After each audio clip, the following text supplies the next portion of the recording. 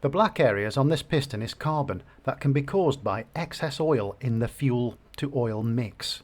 This leaves behind carbon deposits as it burns, especially if a heavy mineral oil has been used instead of a low ash synthetic. Or it could be that the carburetor setting is set too rich.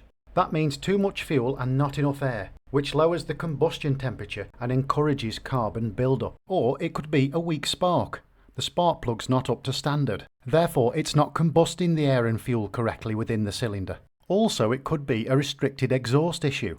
There could be blockage in the exhaust port somewhere, or, a little more common, the exhaust spark arrestor might be blocked. This prevents the exhaust gases from escaping and instigates more carbon buildup within the cylinder.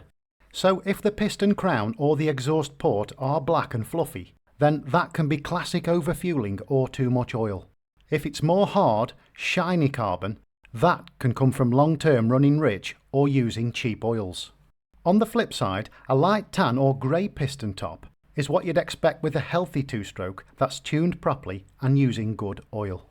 So in short, this piston shows the saw has likely been running rich, over-oiled, or not burning efficiently in some way.